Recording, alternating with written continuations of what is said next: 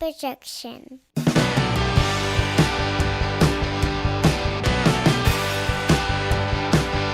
It's Friday morning, and you know what that means. It's time for another episode of the Alabama Slam Podcast. I'm your host, Corey Hanna. What's going on, guys? It's Patrick Akers. And we have a lot to discuss this week. Maybe a little shocking, but it seems like we're going to start off our show with the fact that Patrick might be reeled back into WWE, at least a little bit. They've done it.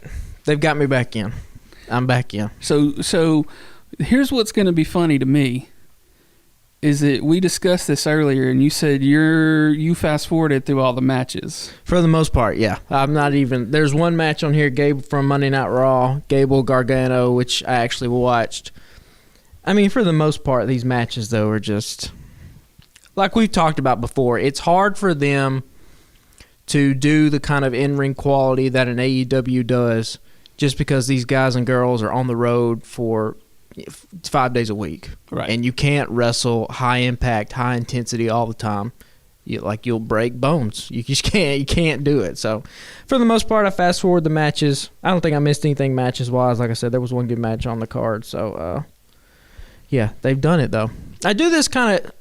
It's been 6 years since I really watched WWE, and before that, when I watched it, I took another mid break for a couple years. I think this is probably what happens to a lot of WWE fans, which is they kind of go on hiatus for a little bit. This is the longest hiatus I've ever done. But the fucking Dexter Lumis stuff has pulled me back in. Have you been seeing anything of this? I've seen some tweets and some pictures and things from it, but I have no clue who Dexter Lumis is, to be honest. I don't know who he is either, other than the fact that he has, he got the haircut from the dude from Street Fighter. Yeah. And he's got a mustache, and he's dressed in all black, and he's terrorizing The Miz. Yeah. And it's like the best storytelling that's happening in wrestling right now. It's so fantastic.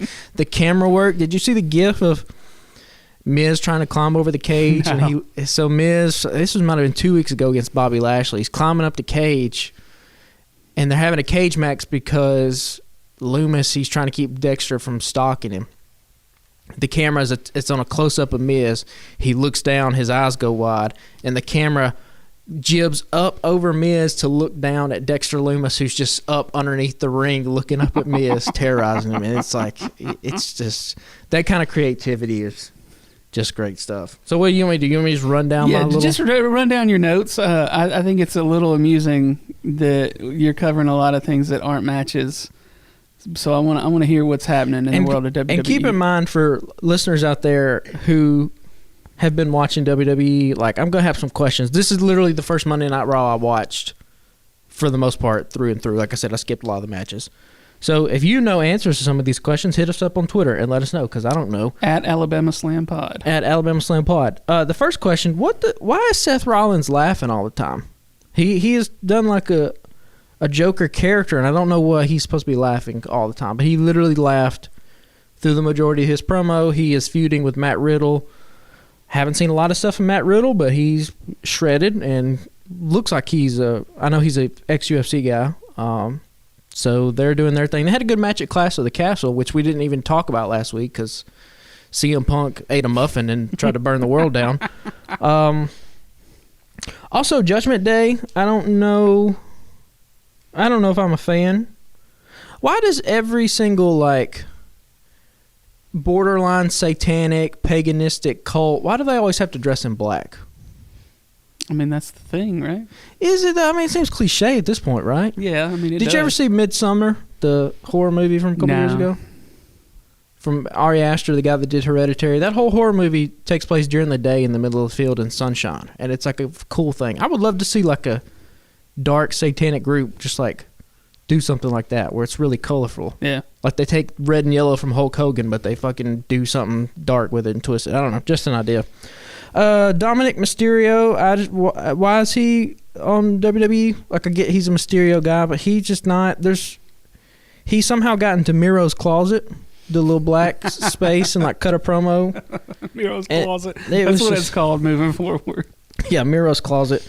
I guess the door used to be locked to Miro's closet, but Darby got in, Julia Hart got in, and now Dominic Mysterio has set up shop in there too.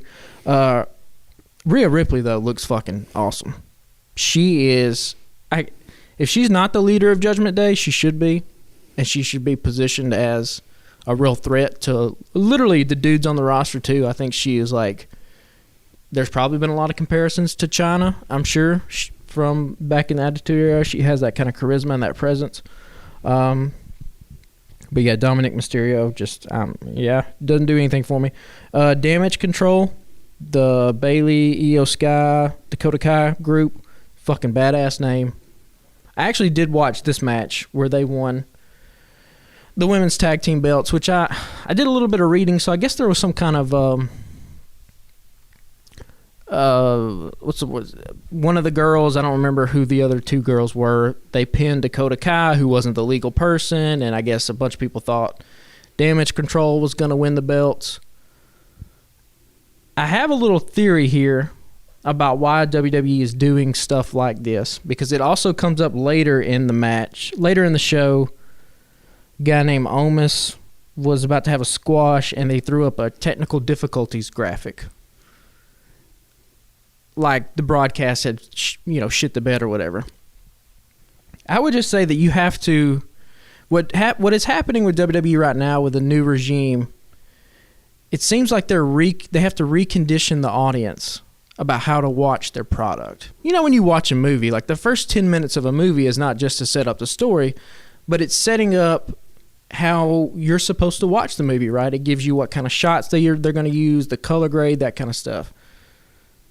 So if you have this bland WWE product that has been, the status quo for years at this point, if down the line you want to do anything exciting, you have to plant the seeds for that stuff early. So I'm not saying that that's what happened. It could have been the technical difficulties thing. They actually had technical difficulties.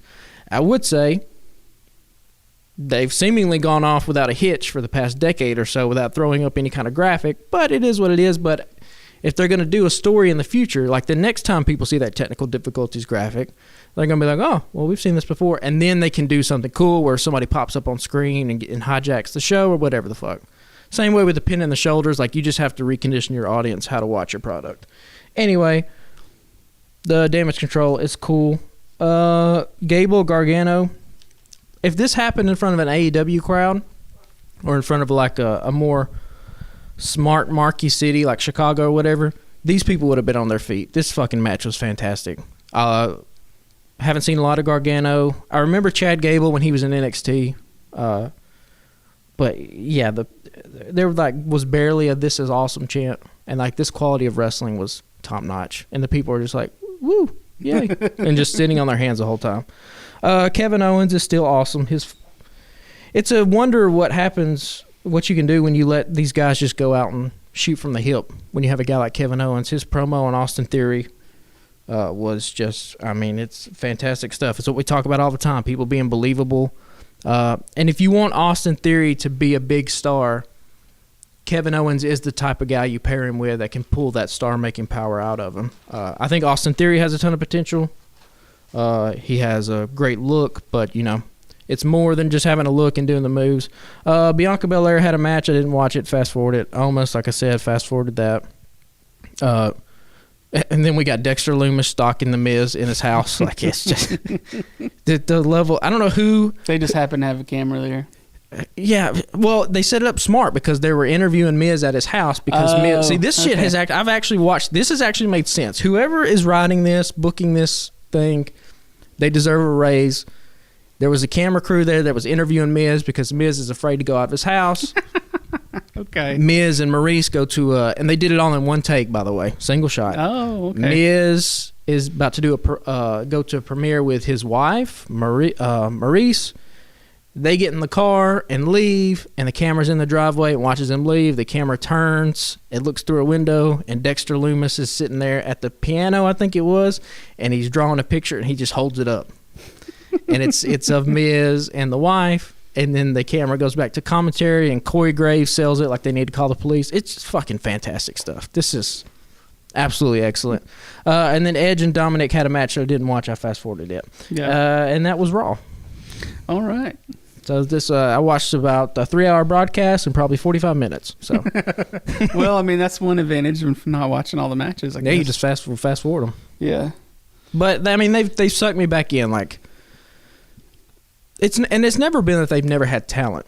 They've always had great talent. It's that there was a damn near 80-year-old man that was in charge doing shit that has completely passed him by at this point. I've turned it on a couple times recently and had it on in the background while I was at home, like doing other things. I won't say that I've watched any of it, but I've had it on. But now that we're in football season, Monday Night Football will be on at the house. And on Friday nights, they're doing a fantastic story with Sami Zayn. Has joined up with the Bloodline. Sami Zayn is fantastic as well. Roman Reigns has a great presence about him. SmackDown, I'll probably do a little run through of it next time. I didn't actually watch it completely all the way through. But yeah. I watched Clash of the Castle all the way through, was planning on talking about it. Then, like we said, CM Punk did what he did, and it took up our whole podcast last week. So we'll probably do WWE stuff at the beginning because I don't know if you're going to watch it or not. I'll probably have it on some here and there. Probably not Monday nights, though, during football season. Yeah, but I may watch a little SmackDown leading. We'll talk about it, and we'll probably talk about Rampage. the live events when they come up, whatever the premium live events. Yeah, whatever they're PLEs. called. I may not be too in on those the rest of the year because there will be some sleepers. The ones overseas, like those are usually garbage. Yeah, or at least the last couple that I watched were complete garbage. But I guess Survivor Series is coming up. That should be good. Yeah, that'll be all right. So we'll talk about it. I do want to get into Friday Night Rampage though. We'll touch on a couple of those matches. The first of those being Darby Allin versus Sammy Guevara. These guys were both in the title hunt because they were both long-time or multiple-time TNT champions, TV champions. So they gave those guys a title shot, and it ended up being a damn good match. Anytime you put Darby Allin in the ring, he's going to turn it into something watchable. And Sammy, for all of his strangeness in the world lately and things that he's putting out there, these guys went hard. Yeah, I love Darby Allin. I like Sammy a lot. Here's what I'll say about Sammy. They need to really think about how they're presenting him as a character. Yeah, because I feel like the audience has completely lost interest. I completely turned on it. I was starting to be a Sammy fan, and then this whole marriage thing is happening, and I'm like, get off of this. He did. I don't fucking care. He did a double spring. His little double springboard cutter. Yeah, is a great, flawlessly executed move. Looks fantastic. It gets no reaction from the crowd. Yeah, because everybody fucking hates it.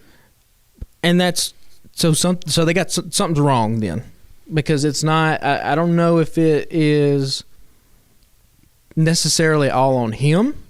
I don't know if it's the way he's being booked. I don't know. There needs to be some character rehabilitation that happens with him and happens quickly. Yeah, because he's too young and he's too good inside the ring to just have these people really not give a shit about him. It's not even like he's getting any kind of like booze. It's just like indifference. We don't care. Yeah, whatever. Indifference is sometimes worse than 100% hatred. 100%. Like I think they would love AEW would love for him to get booed out of every single building because he's a heel. That's what's supposed to happen. But it's just like his music hits and nobody does anything. Yeah, they just watch him go down the ring.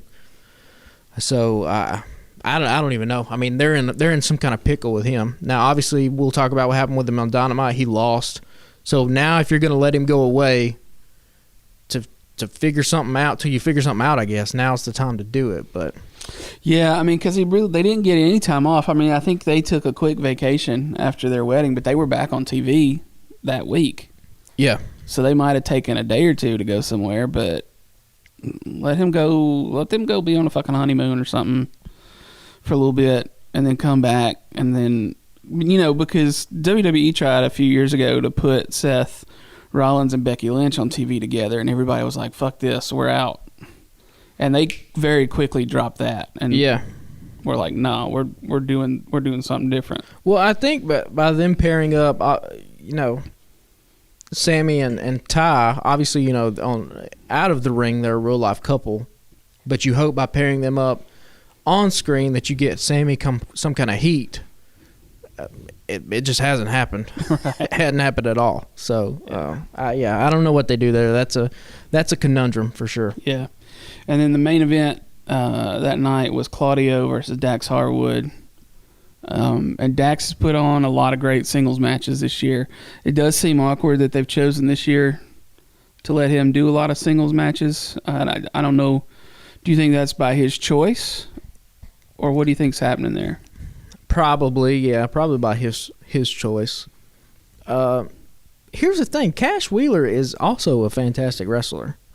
So like everyone, they're both great, you know. But Dax has had these singles runs here really the last couple months. It really hasn't been a thing, but he's just put on fantastic match after fantastic match. This was another example of that. Him and Claudio had great chemistry, physical, hard hitting, everything you want in a match. I mean, Dax is such a throwback kind of old school style wrestler. You could really, I mean, if you had a time machine and put him back in, 1988 WCW, he would fit like a glove. But yeah, Cash kind of gets underrated, and I mean, he is a big part of that tag team. But I mean, I guess if they're not going to do FTR going after these tag team belts, you got to do something. So it's weird though. Cash didn't even come down to the ring with him. I don't think. Did he? I don't remember. I don't think he did. He didn't. He definitely wasn't at ringside during the match, and I don't know if he came out of the tunnel onto the ramp with him. So that's a good question. Hopefully he's not hurt or nursing any kind of injury we don't know about or going through something. But I don't know. I feel like they tweet about the titles often, like when do we get our shot or any stuff like that. But like, all signs are kind of pointing to them putting the belts on the Acclaim next week, and if you do, are you going to turn around and take them right off of them and put them on? Like, what are we doing? I don't know. They have the IWGP belts. From a graphic I saw, it looks like they're going to defend it here pretty recent. They're fixing to take on future Aussie Open. Aussie Open. Yeah, so that match is going to come down. That match will probably be a banger. But like we've said, them having all the belts really doesn't mean anything unless they have the one singular belt that belongs to the program that we're watching. Right. We're not watching New Japan, or Ring of Honor doesn't even have a TV deal, and yeah, AAA, it's nowhere here in this country. I'm sure you could probably watch it online or something, but like, have they even defended the AAA belts? I don't know. Kind of seems like those were just thrown together too. So I don't know what they do with FTR. There's some head scratching booking decisions that we talk about every single week, and that's probably Exhibit A as to what the hell's going on with these guys. Yeah. Well, the two of them, Claudio and Dax, it was a sort of a classic wrestling match. Like, we didn't expect a lot of theatrics or high flying or anything, and this was just two guys getting after it, putting on a show. Yeah, I mean, it looks, if you had it 4x3 and the graphics weren't as good and it looked like it was from 1982, it would fit perfectly. So for sure. Well, Claudio comes out victorious. I figure they'll keep the belt on him for a little while. Do they have a TV deal imminent for Ring of Honor? They're really not putting anything out there, but I figure they'll let him live with it for a little while at least, and maybe even until they get a TV deal and then put it on somebody else or something. I don't, because having a name like Claudio have the belt when you do get a TV deal, give you a little bit of clout, Yeah, although Jonathan Gresham, PWI 500, he ranked number 10, so maybe that'll be a bargaining chip. And we're just kidding. We like Gresham, but like there was that story he used his PWI ranking as a bargaining chip for Tony as like an example of why he should be treated better. And now he came in number 10, so maybe he should go back into Tony Khan's office. Be like, hey, I went up top 10. Yeah, who knows? Ahead of John Moxley, by the way. Somehow. That's a choice. But anyway. Yeah, that's a head scratcher. So let's move on to Dynamite from last night. We'll preface this by saying I'm just going to tee Patrick up and let him go because I was out of town last night, and we'll get to that later. So I did not get to see it. I'll probably watch it either tonight or it may be sometime this weekend because of my schedule the next couple of days. But it looks like by everything that I've read online today, it looks like it was another great night of TV for AEW. And then I saw a thing just before we hit record So the numbers were up yet again this week for TV viewership. They're getting a boost, and then next week is essentially pay-per-view on for free on Wednesday night. So Wednesday and Friday. Yeah, I think they're both live next week. Okay, well, that banger. Yeah, I could be wrong about that. So I mean, actually, I think I am wrong about that. I think it is just Wednesday night that they're live. Well, still, I mean, they'll probably put quality on Friday night as well if they're. Oh, they're doing fucking Hook and Action Bronson. You missed that. Do you got that in your recap? We'll talk about that first since we already kind of hit on the first match. The Action Bronson Hook video package they ran. I'm so interested in this match. I love Action Bronson. He's a big enough of a guy to where it makes it believable that he can get into a physical altercation with somebody and come out on top. The way they shot it was awesome. I mean, it was in a gritty-looking gym. The lights were dim. I mean, it looked badass. You know, they're going up against 2.0. Okay. So, yeah, that'll probably be – you want to talk about huge pops for Grand Slam. I'm sure when Action Bronson comes out, that place will go ape shit. But, yeah, crazy. That was a little – yeah, they teased that up last night. Nice. Well, let's start off with the first match of the night. You know, you got Jon Moxley in the tournament, and then Sammy won over Darby Allin, so the two of them went at it. And, you know, it looks like they let Sammy get in a little offense against Moxley, but no one, I don't think, had Sammy going over in this match. So no, I don't think anybody – if they would have put Sammy Guevara over, I don't know. You want to talk about fans going ape shit, that probably would have happened. I mean, we talked about Guevara already, and I mean, what is there left to say about Jon Moxley? I mean, the dude is just on the run of a lifetime. He's that company's MVP by a long shot. There's nobody that's more important right now than him.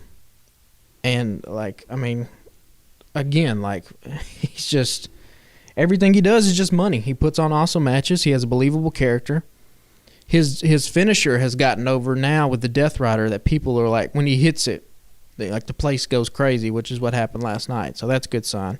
And, yeah, we'll talk about what happened at the main event and what that sets up going forward. But, yeah, I mean, Jon Moxley is Jon Moxley, and he is that company's ace for sure. Yeah, for sure. Probably still real pissed off. He's not somewhere fishing right now. I mean, yeah, bro, 6 weeks. He was supposed to get 6 weeks off. And, I mean, he's wealthy enough that it probably wouldn't matter, but, like, you would have to think there's no refund on that, right?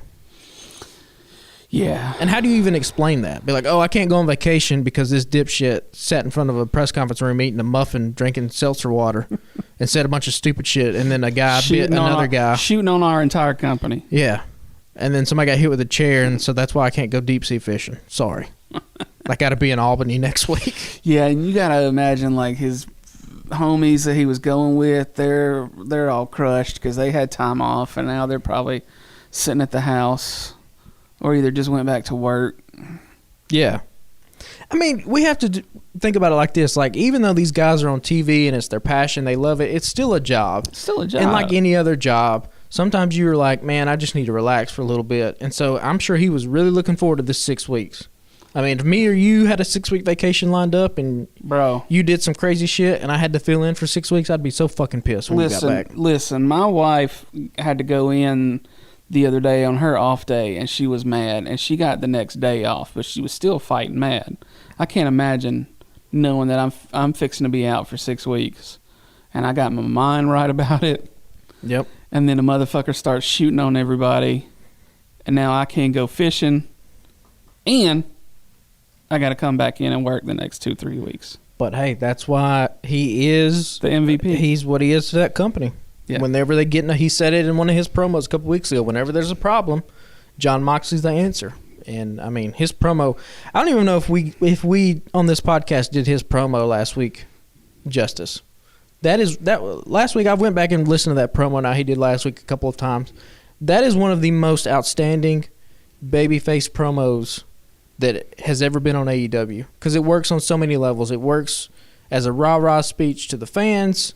It works as a rah-rah speech to the wrestlers in the back. It works with his character because he lost, so him saying he's pissed off and embarrassed, it's on multiple levels, right? He lost the match, but also with all the backstage BS that happened. So, like, yeah, it was just great. We need to do a whole podcast one day just appreciating Moxley because we need a Moxley appreciation society. Yeah, we might start that. It's time to be a legend. Moss. Moss. We're the Moss. We're the Moss crew. I mean, we're already Team Ricky and Team Eddie. This team is enough for everybody. Yeah. We got 3 members. We need to get a football team. So we need 11. We can hold a couple more. Right. So it looks like next up, MJF cut a promo, called out Moxley, told Moxley he's just playing a character. And then we got an appearance from the Firm. That's a hell of a name for a stable. When they said the Firm, I was like, oh, shit, that's great. That's excellent. Yeah. And, like, you know, MJF, he just is brilliant on the mic again. He's such a heel. He was even calling out Moxley going to rehab. He had some kind of great line where he was like, you came back and you were talking about slaying your demons, but I'm the real demon and I'm more powerful than your disease or something like that. Just great stuff. And then, yeah, we had kind of got lost what his connection with Stokely and those guys were. Because I think we both speculated, that's MJF's stable. Yeah. Well, last night, no. What they are is they're just the first ever faction that's on retainer.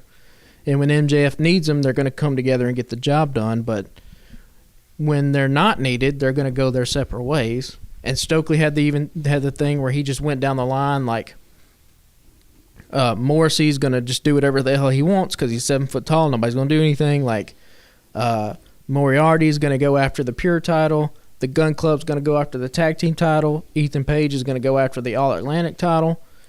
Ethan Page got a hell of a pop when his name got announced. Yeah, he hadn't been on TV in a minute. When you look at those group of guys and you want to talk about star potential, I mean, that dude is it.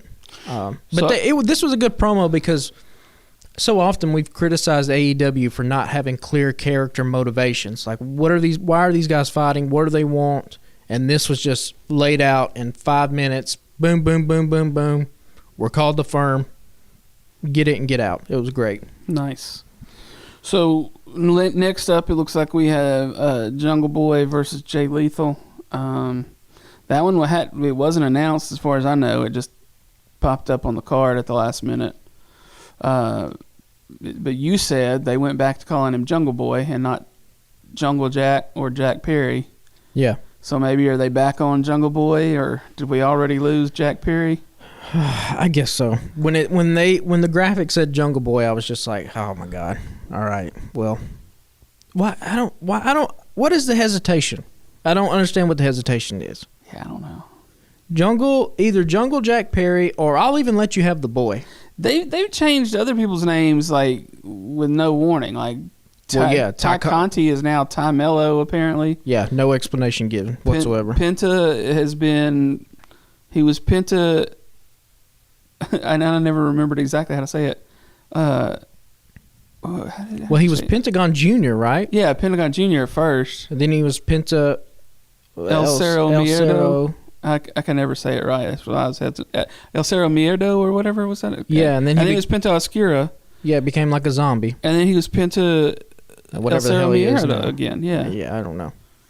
So they've changed him like it just several times without any real explanation. Jungle Boy Jack Perry. Just do that. That's his name.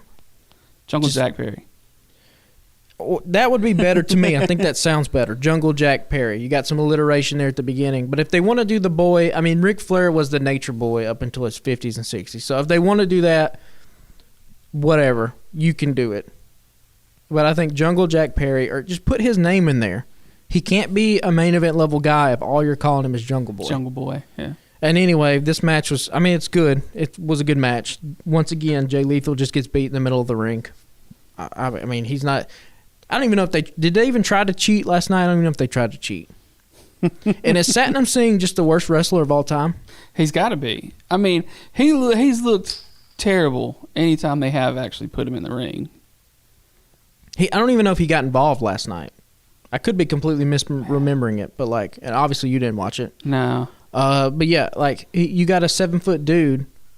Why is he not like throwing his weight around? I mean, just let him go at this point, man. Like, I get why they want him because they're trying to get into the TV market in India, and that's why they have Sanjay Dutt and him, and it makes sense. And I figured out the little slap of the knee hand thing they do. Apparently, like India's biggest pop star does that, and so that's why they've been doing that thing. Again, though, like they haven't been presented as any kind of force on television, so like I don't know. It's either one or the other, right? Either he's got to be there and be a 7-foot monster and beat the hell out of people, or just don't put him on TV because he can't just be by the ring and not do anything. Yeah, you're not really doing anybody any justice there. No. And I mean, I guess that just goes to show like how much wrestling has evolved. Because like the Great Khali in the mid-2000s, similar type situation, Indian dude, huge build, presented as a monster, but it kind of got over. Now, he kind of sucked as well, but like he had a feud with The Undertaker, and it was believable and passable. Satnam Singh comes to the ring, and nobody cares. None of the fans care. Yeah. So seems like a wasted opportunity. He's been there a few months. Like surely they could have gotten him trained up a little bit, but or maybe he just don't have it. Maybe that's why. You said that's why they brought in Motor City Machine Guns. I mean, at the pay-per-view. It happens, right? You can't just train as good as an athlete as you may be. You can't just automatically become a good pro wrestler.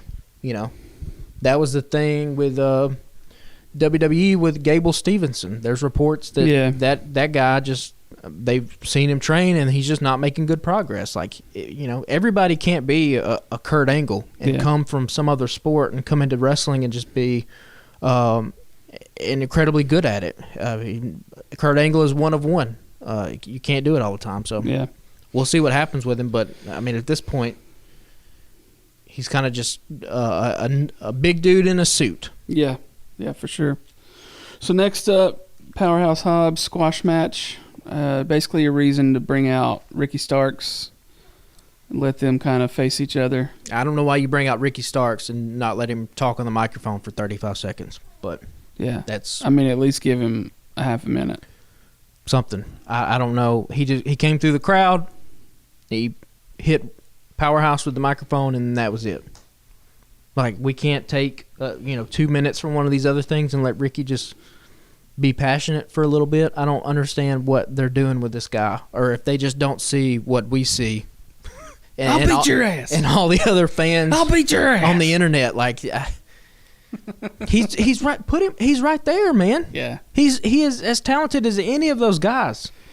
Yeah. And like, I get them wanting to like get Powerhouse some wins, and like we talked about it all out. I'm not even mad that Powerhouse won because I think he has potential too. But like, the one thing Ricky does damn near better than everybody else on that roster is, talk that ish on the microphone. Yeah. And if you don't let him do that, then I don't know. Then what are you doing? What are you doing? Yeah. Still look cool as hell last night, by the way. Fucking black on black. No, just a rock star. Also, underrated entrance music. I think his entrance theme is the best in AEW. Yeah, it's nice. Dun dun dun dun dun dun dun dun dun. Yeah, it's great stuff. Dun, dun, dun. He's got a cool little when he raises his hands with the beat of the song. Yeah, it's awesome. So next up, Lucha Brothers versus Swerve in Our Glory. You said earlier that this was a highlight. So here's the thing: when the match started, I was just like, "Why are they doing this? Like, Swerve in Our Glory has a match next week. You just put the Trios Championship on the Lucha Brothers and Pac. Like, somebody's got to lose. Obviously, not going to be those guys. Like, why book it? You could have had Starks and Hobbs. You could have done that. Yeah. And I was kind of like, whatever. Questionable booking again. And then they got like 5-6 minutes in the match, and I was like, fuck it. I don't care. This is awesome. Like, it's just AEW will just do that. They'll just give you Swerve in Our Glory and the Lucha Brothers, and they're going to tear the house down for 15 minutes, and freaking Penta's going to hit a Canadian Destroyer on Keith Lee, and you're going to be like, all right, well, that's all I needed for the match. Like that was worth it. Swerve is just a natural heel. There is an confidence that just exudes out of him, where it's like, I hate that guy, but I kind of want to be that guy. I wish I was that damn cool. Just a swagger for days. And Keith Lee is rocking the heel beard. You know, he's growing his beard out. That's a telltale sign somebody's going to be a bad guy. If somebody's a little bit clean-shaven or got just a little bit of stubble, when they turn heel, that thing gets thick heel beard going on. Even letting his hair grow out. He's had a shaved head, right? It's been real tight, yeah. Letting the hair grow out a little bit. So it looks like they're going to fully run in the heel direction, which I think they're more natural as a heel anyway. Yeah. It's hard to present a guy like Keith Lee that's that big as a babyface, particularly in AEW when all of the roster's kind of small. Like, he's damn near 400 pounds. Why? I don't need to root for him. He can't get my sympathy. You know what I mean? So, yeah, all these guys are fantastic. And then do you have Orange Cassidy on your recap? No, I left that off, and I left the thing off about Hook. Okay. Well, so, yeah, those are like two of the little segments that I left off. So just real quick, Pac was walking to the back. Alex Marvez was saying something about the match that had just happened. Pac turns around, starts talking to Marvez. For some reason, Orange Cassidy just blindside punches Pac in the face.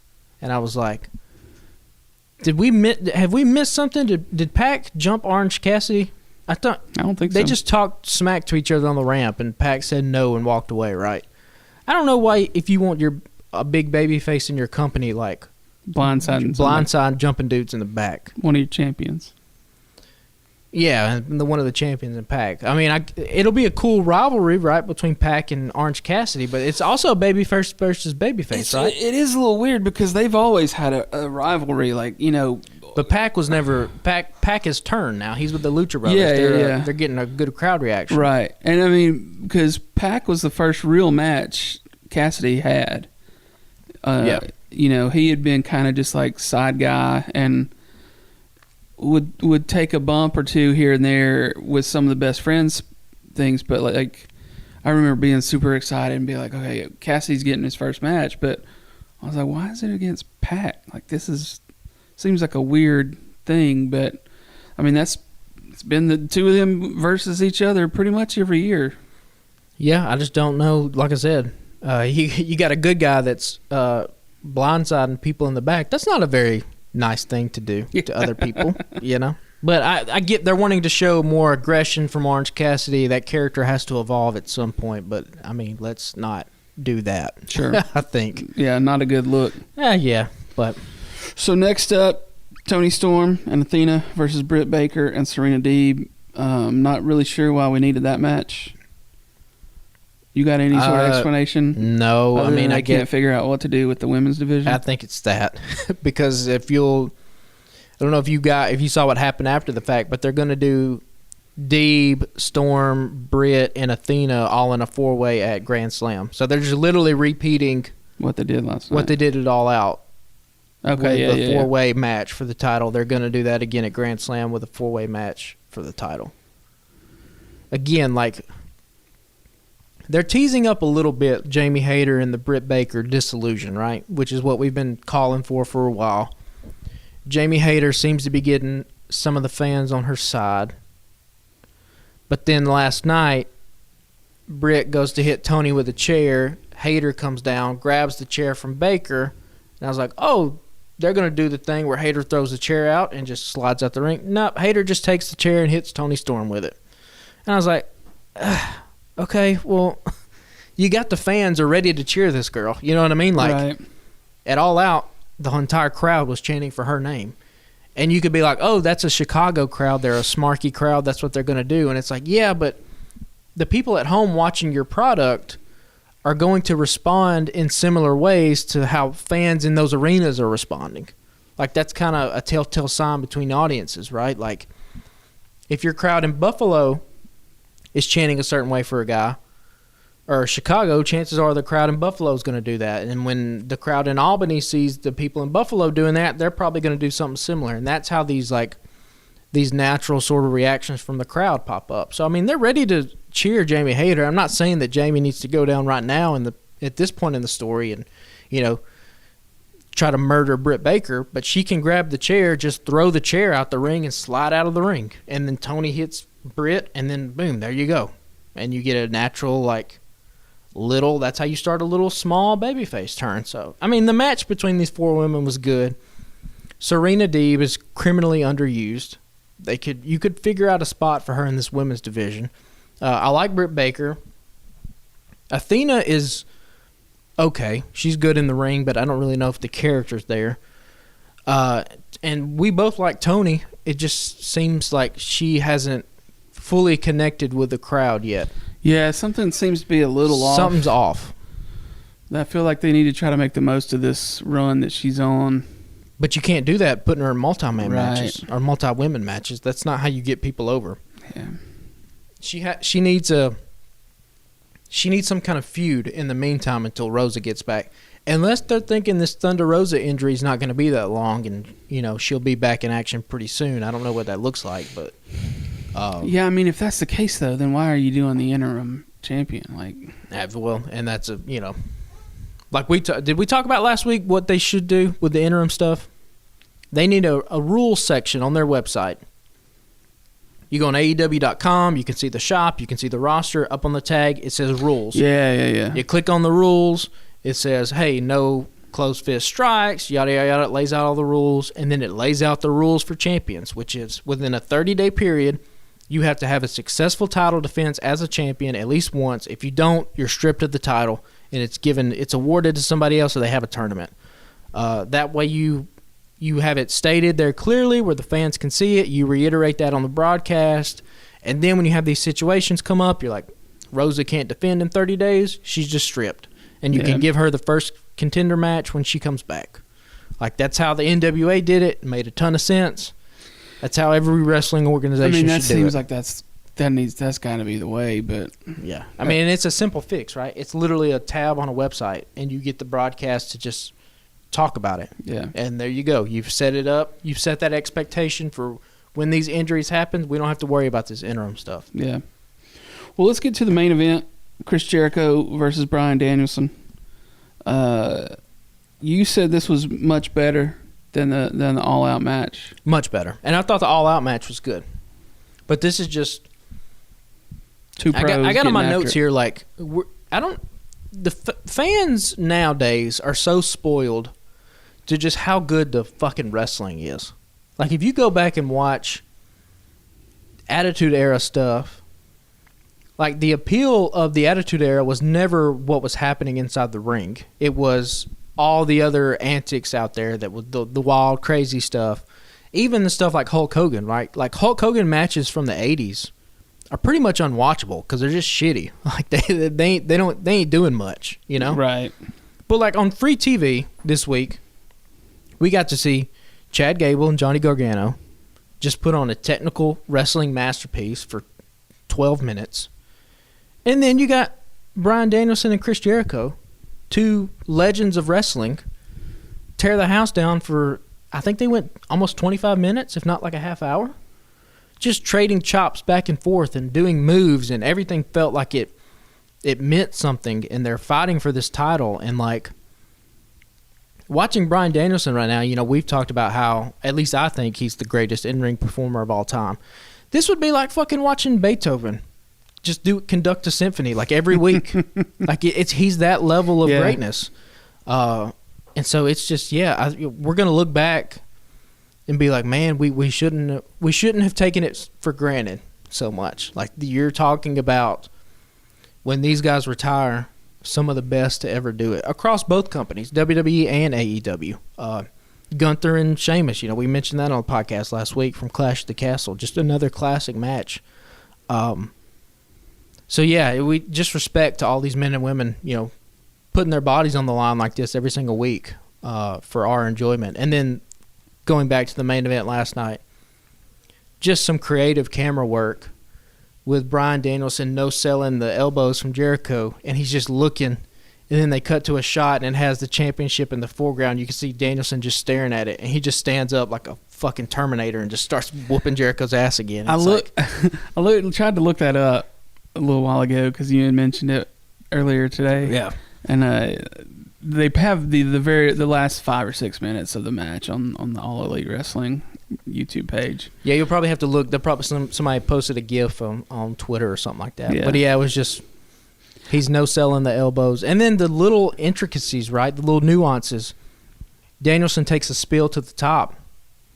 He looks like it's like a bad landing. He starts immediately grabbing his ankle, and it got me. I was like, oh fuck, he broke his ankle, and then like just weaving those little things because Danielson has a history of being injured. Every time he does a diving headbutt now, he's going to have that play off one time where he starts grabbing his head like he's got a concussion again, because we know from his history, him doing the diving headbutt is partly what made him retire in the first place, right? So yeah, they've got so much they're setting up here, and then Moxley and Danielson at not All Out, at Grand Slam next week should just probably tear the house down. Yeah, so they only showed a little bit on YouTube. So did they say anything to each other, or did they just kind of look at each other? They just shook hands. Moxley came out and shook hands. Okay. They cut away to William Regal, who looked like a conflicted parent, because his two proteges are gonna square off.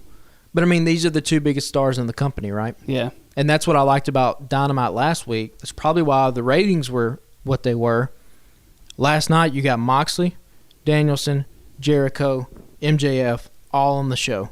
Those guys should be on the show every single week. There should not be a week goes by. I mean, they can take vacation or whatever, obviously. But you could pre-tape a promo or something. They need to be doing something. We can't have these things where guys disappear from the roster. You can do that with the undercard guys, but they're stars for a reason. Like they have to be there. If you go watch Attitude Era stuff, Stone Cold was there every week. The Rock was there every week. Triple H, Mick Foley, all those guys, they were there every week. You watch WCW, it was Hogan, it was Savage, it was Sting, it was Flair. They were always there, present on the show. You need about 6 guys that the show basically revolves around, and those are your main event level guys. So yeah, well, that'll be a damn good show for sure. We know confirmation. We got Mox and Danielson. We got Swerve in Our Glory versus the Acclaimed for the tag titles. 4-way match for the ladies. Mm-hmm. What else? Do we have anything else? There's I think on Rampage was Okay. the Hook and Action Bronson versus 2.0. Okay. I don't know if there's anything else for Grand Slam. Gotcha. I could be wrong. I've seen a lot of people be like, oh, MJF is going to cash in his chip at Grand Slam. I wouldn't be so sure about that. I think that will probably happen at Full Gear if it happens. Give them a little bit more time. Well, does the chip even operate that way? Does it work like Money in the Bank? There's still confusion. Yeah, I don't know what the rules are. So there's 2 scenarios, right? Danielson wins, Moxley gets his vacation. Right. Or Mox wins, MJF cashes in because Danielson and Moxley beat the living fuck out of each other, and all MJF has got to do is come down, hit him once, pin him, Mox goes on vacation. Right, and like. But do you do that to Mox? Well, the character. I mean, so Danielson has his foot injury, right? Yeah. That they've played up. So could you do a thing where Moxley beats Danielson because Danielson has a hurt foot, and then on a random like edition of Dynamite, Moxley as the champion gets, he gets taken, his MJF cashes in the chip, then you have his firm come out and you have basically 6 against 1, and Moxley loses that way, and they beat him so bad that you ride him into an injury, right, and take him off TV, but then he gets to do his vacation. Then you can do MJF versus Danielson in the Blackpool Combat Club, that kind of thing, if you wanted to do that. I don't know if you would want to do that, though, because I guess you would be beating Danielson twice then, because if MJF was the champion, you still have to do a main event at Full Gear. Yeah. And would you do MJF and Danielson unless he gets screwed again and you do a long run with... When MJF gets the title, he needs to hold it for a while, basically. Yeah. He essentially needs to hold it until... I don't even know if you would want... Whoever beats him would be something similar to like a Roman Reigns right now, which is you you beat Roman Reigns by somebody that you're wanting to make a star. Somebody like a Ricky Starks or something like that needs to beat him. Somebody like Moxley or Danielson, I don't think necessarily needs to beat MJF. Yeah. And, you have this, if Punk is still in the company in 8 months, you got that you can do. Yeah, supposedly suspensions have been lifted on most of the people involved in that, but there's still no word on what's happening with Punk. I think the Bucks and Omega and Punk and everybody are still, I think, what was it, Nakazawa, Pat Buck, Christopher Daniels. Some of the guys where the investigation said, they were trying to break it up. Their suspensions got lifted. Yeah. And hopefully they got back paid if that was the case. But yeah, I don't know. The main event title picture right now is kind of murky. I don't really know how you do it. I think I would go the way of Moxley beats Danielson, MJF beats Moxley with the help of the firm. That way you still protect Moxley's character. Then you can roll into MJF and Danielson. Look, maybe you hotshot the title once, right? Maybe Danielson wins it from MJF, but MJF somehow gets it right back. And, I'm not as big of a detractor from that kind of booking as some people out there. Some people are like, no, don't ever do that. Don't hot potato it. Well, you can hot potato it sometimes if it makes sense narratively. People have done it before.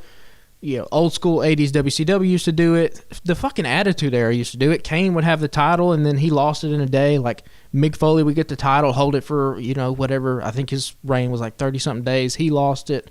Like, as long as you make it make sense and storyline-wise, it's all fiction, man. You can do whatever the fuck you want, Like, if you don't know what to do, just make it up. It's all fiction, so. That's true. They can do something like that. Well, let's get into a new section we're going to try to do every week. You had an idea about tweeting out a question and then reading some of the answers on the show. So the first question, the question of the day is, or a prompt rather, give us one WWE star better suited for AEW and vice versa. Do you want to give your answers now, or do you want me to go ahead and read some of the Twitter answers? You can read some of the Twitter ones, yeah. All right, so the first one we got back was at Blue Gilliand. Tweet us and let us know how exactly to pronounce that. We're a bunch of dumbass Southern boys, so we don't know how to pronounce your last name. So let us know. We apologize about that. Avid listener of the show, a lot of the Twitter interactions. We really appreciate that. And this is pretty good thoughts right here from Blue. Bring Sheamus to AEW and have him either join or feud with the Blackpool Combat Club. He'd also have some great matches with Wardlow and Keith Lee. Sammy Guevara would be a great addition to WWE. Your thoughts? So the Sammy one to WWE is interesting because I think if you were to ask a lot of fans who could be a bigger star in WWE, I don't know if Sammy Guevara would be in the top 5. But I do think, we talked about him needing some character rehabilitation. You could envision a scenario where he goes to WWE and becomes like a smarky, really shit-eating heel that maybe, has the United States title or somebody like that. Obviously, he's not going to be a main event level guy. But that's interesting. Also, the Sheamus to AEW is interesting because when I think of Sheamus, he's a WWE guy through and through. I mean, he's been there for forever, it seems like. Yeah. Over a decade at this point. But, does Sheamus have, like we talk about all the time, these guys are artists, right? And so a big reason that Danielson came over was to AEW was because AEW had a landscape that allowed him to play in different areas, right? He could bleed. He could do longer matches. If you'll remember, he did a 60-minute draw with Hangman Page. They ain't doing that on WWE TV. Right? He ain't wrestling for an hour. But AEW allowed him to do that. So does Sheamus have a similar type itch where he's like, hey, I've made a bunch of money here. I've burned down all the highways in America, making town after town. I would love to just settle down, work once a week, and be able to have some badass matches here to finish out my career. I do think that could be a really cool situation, bringing in a guy like Sheamus. Obviously, I don't think you put him in the title picture right away, or right. If all, really. But yeah, if coming in, he feuds with some other WWE guys, or, the more WWE guys you get, you could run a Civil War type angle where you have the original AEW guys versus WWE. That's kind of been bubbling underneath the surface. Do they finally pull the trigger on that at some point? I don't know, but I mean that would be that's a good if they idea. did a Civil War angle and the AEW guys got the upper hand, but then on a fucking pay-per-view you hear some kind of Celtic music and out walks Sheamus, or well, obviously he wouldn't be called Sheamus, whatever his real name is, with his pasty ass white skin and his huge bulking frame, like yeah, that place would go ape shit. It'd go crazy. Yeah. So yeah, that could be. Well, next up, from a friend of the show, at Chase Yes Gilmer, he says, I think the AEW star better suited for WWE is a tie between Wardlow and Ricky Starks. Pause. Because I think Patrick definitely has some thoughts there. Well, Wardlow makes all the sense in the world, yeah, right? For sure. I mean, he fits everything about it. Like his size, his presence, physicality. Yeah. And what was it, Ricky Starks? Yeah. I mean, yeah, Ricky Starks makes a case for himself. I Yeah. mean, the dude is golden on the microphone. Yeah. Yeah, for sure. I think those were two that you specifically mentioned when you first had this idea. Here's the thing about Ricky Starks, though. Does he get lost in the shuffle in WWE? I mean, probably. But you can make a case. Is he lost in the shuffle now in AEW? I mean, he's fucking walking down the crowd and not doing anything. Yeah. So, and also, too, like, these guys are going to make way more money in WWE. The mid-card guys, I should say. John Moxley and Danielson are probably fine. The guys like Starks and Wardlow and Hobbs, those guys probably will have better financial opportunities over in WWE just because it's $1 billion company and they can pay their guys more. So he says, I think a WWE star better suited for AEW is Chad Gable. And yes, that's 100%. Yeah. Again, you talk about just the size of the rosters. Chad Gable is, and it's changed somewhat, but WWE is still the land of monsters and giants. It's still dominated by huge guys. You look at somebody like Drew McIntyre or Sheamus or Walter or Roman Reigns. I mean, these are dudes that are 250 pounds easily. I mean, I would watch a Chad Gable versus Bryan Danielson match. Like, hell yeah, give me that. Yeah. Give me Gable versus Garcia. Give me Gable versus Yuta. Like, all these technical guys, I think you could bring a guy like Chad Gable in and actually, hit on his Olympic background, because that's something that, even when I was watching the match for WWE, they kind of have Chad Gable doing this little comedic thing with Alpha Academy. And he's pulling it off. He can only do what he's given, right, with the material that they've given to him. But I was like, this dude's a fucking Olympic athlete. Like, do you want him shooshing and doing putting two fingers up in the air? Like, that's what they've decided. He's running with it. Good for him. But again, like, you want to talk about 5-star caliber matches that he can have, being unchained, so to speak, in AEW.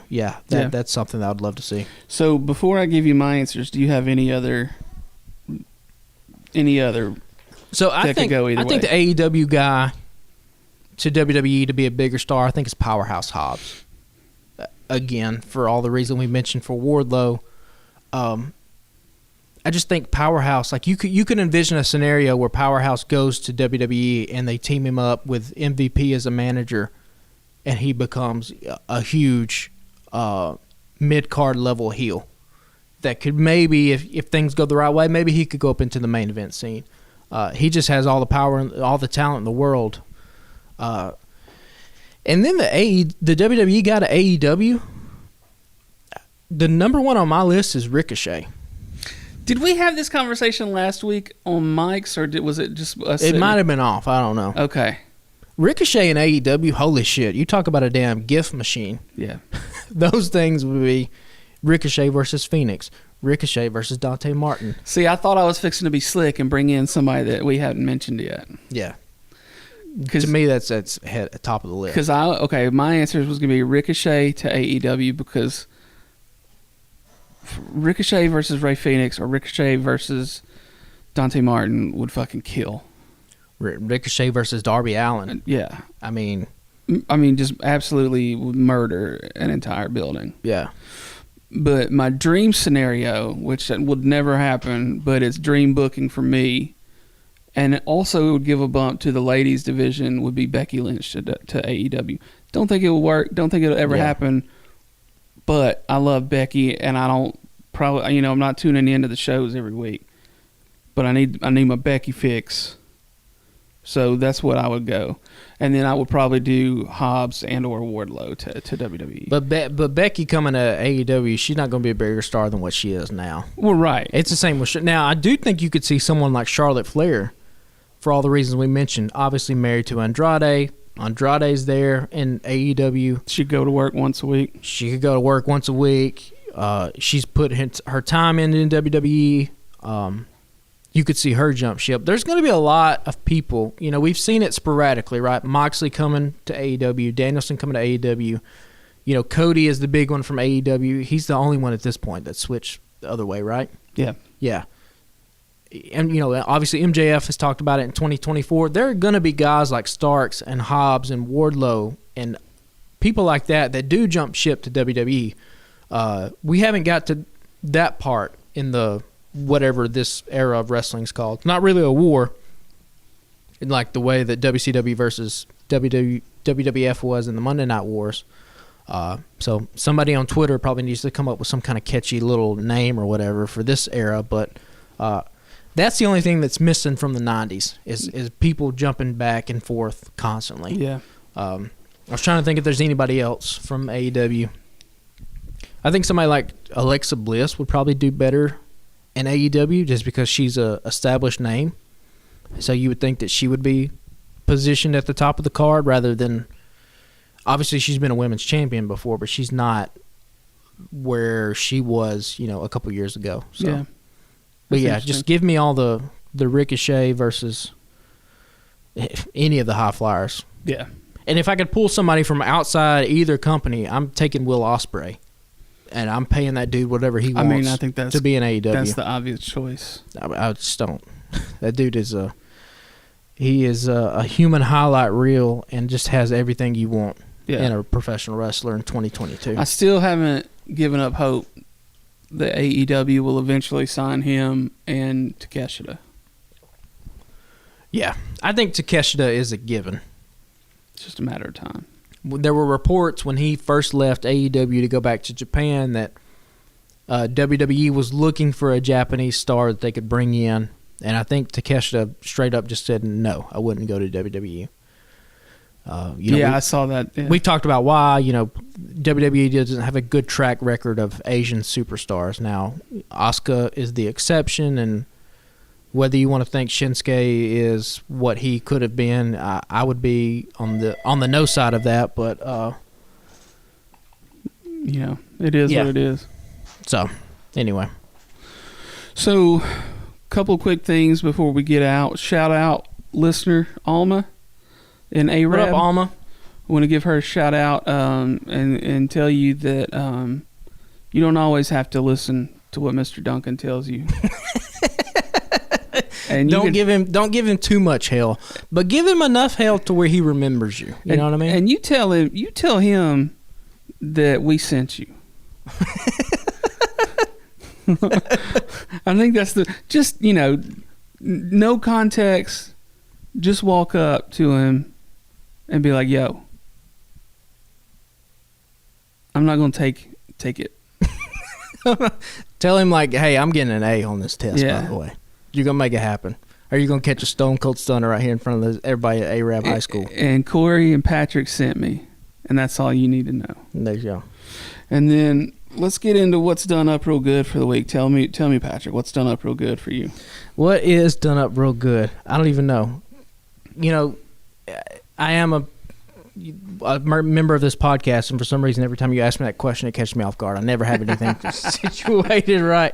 I probably talked about it last week. Fucking football's back. Like, I just love football, man. I'm an outlier because we're in Alabama, and I can't stand college. It's not that I can't stand college football. Let me rephrase that. It's just that I don't like college football. I like the NFL football because it's a better game. And I think I've said to you before, like, if I just liked bad or worse versions of things that are already out there, I would just go to random bars on the weekends and listen to cover bands. Like, that's what, to me, college football is like a cover band. Yeah. Or you can just tune in on Sunday and fucking see good football, Yeah. Yeah. That's going to give me a lot of heat with a lot of people in this state. Yeah, I mean, Yeah, it's different, man. Like, I still enjoy college football, but I don't have the passion for it that I once did. I'm still going to watch Bama when I'm off. Well, the thing for college football always was, and you heard it every time I would talk to somebody, well, these athletes aren't getting paid. They're doing it for the passion of the game. Well, that was always horseshit, and now it actually is horseshit because Bryce Young is making over $1 million a year, as he should, because these universities and these television stations have made so much money on the backs of these fucking young kids.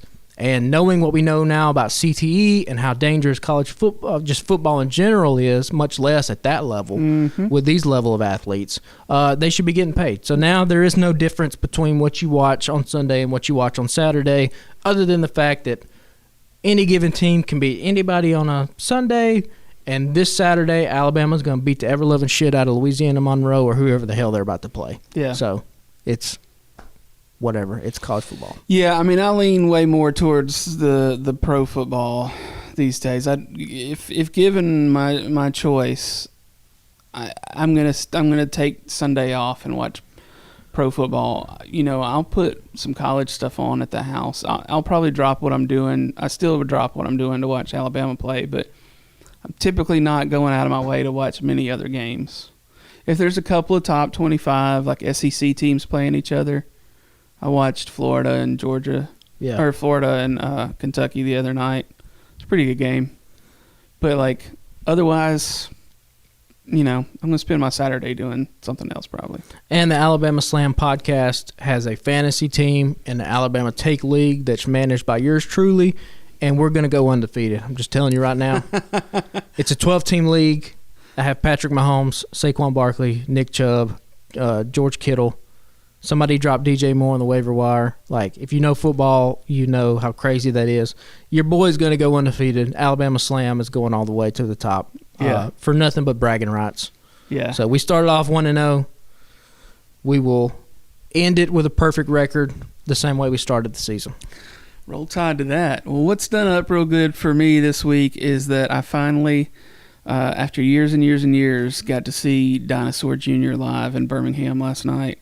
And they were just as loud as everybody told me they would be. You know, for stubborn reasons and childish reasons, I've never worn earplugs to a show. Seen hundreds, thousands of shows over the years, from the dinkiest, tiniest bars up front to the loudest arenas you could think of. I've been to all of it and played in bands and yada yada yada, and everybody told me that don't swallow your pride, get some earplugs when you go to Dinosaur Jr. Well, of course, the room was filled with pretty much nothing but 45-year-old people last night, and I'm glad I took earplugs because that shit was insanely loud. You sent me a picture, and it was just a wall of amps, stacked on top of each other. Yeah. Oh, he had 6 Marshall stacks. That picture looked loud. Yeah, it was fucking loud. I don't know how they do it on stage. I don't know how they. At one point, Lou Barlow, the bass player, he fucked up apparently pretty bad in the first song, and I didn't notice it because the bass was mostly a wash last night. I say mostly a wash, but like once I started, like I'd kind of fine-tuned where I had my earplugs in my ear and I could hear it a little better.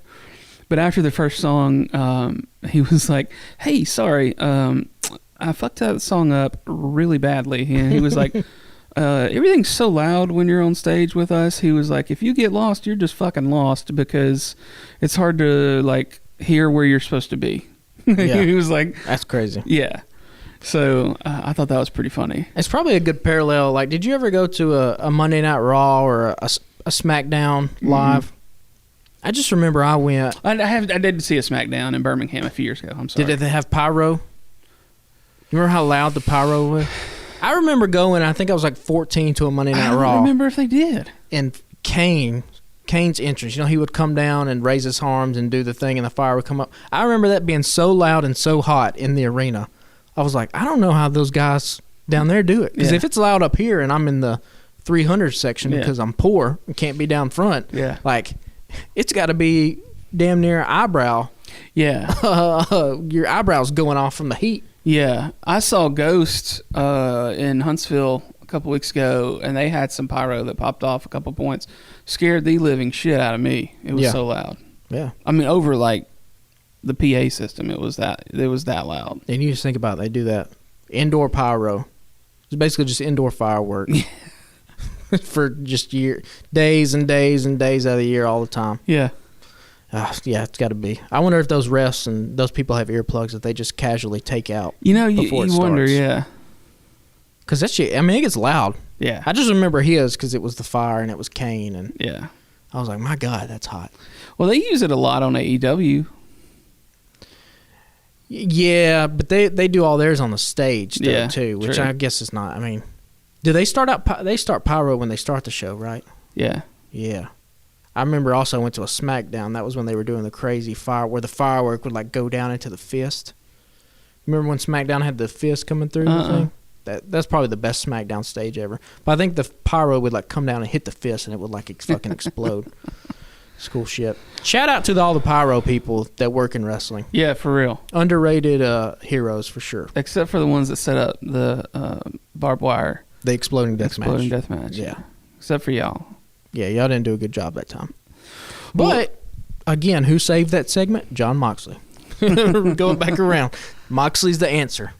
Well, let's wrap it up. But before we do, I want to ask and remind you guys to please follow us on Twitter and Instagram at Alabama Slam Pod. You can follow the Alabama Take on Facebook.